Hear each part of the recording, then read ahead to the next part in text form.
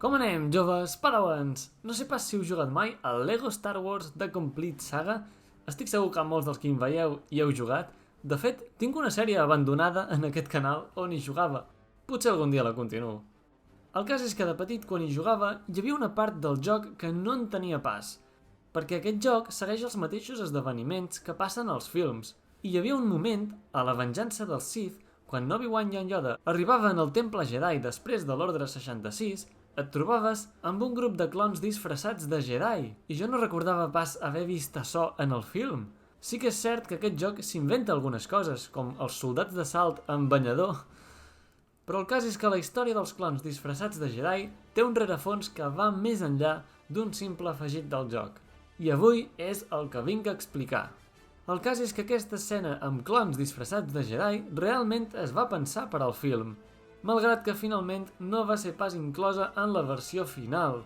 De fet, en el DVD podíem trobar aquesta imatge promocional de Temuera Morrison vestit de Jedi, la qual cosa confonia molt a la gent que no recordava pas haver vist un clon vestit amb robes Jedi en el film. No va ser pas fins anys més tard, quan varen llançar la trilogia original i la de preqüeles juntes, que van incloure aquesta escena eliminada mai vista. Per tant, s'havia arribat a rodar i tot. Això sí, els efectes estan inacabats. Us deixo amb l'escena.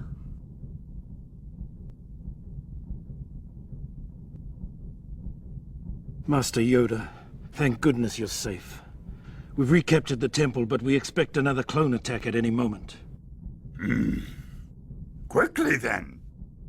You clones make terrible Jedi.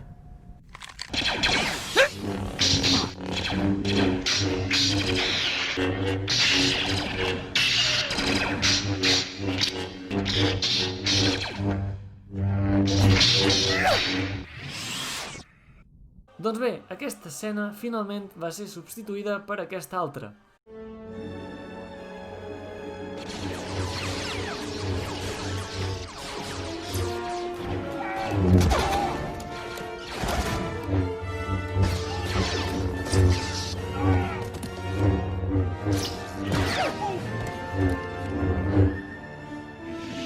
A mi personalment m'agrada molt la definitiva, però el concepte aquest de clons disfressats de Jedi per a provar d'enganyar em sembla una idea molt interessant.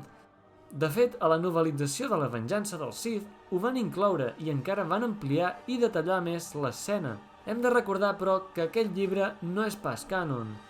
Cap material del cànon no n'ha fet mai pas referència a aquest fet. Sols cal esperar que algun dia algun còmic, llibre o el que sigui ho esmenti.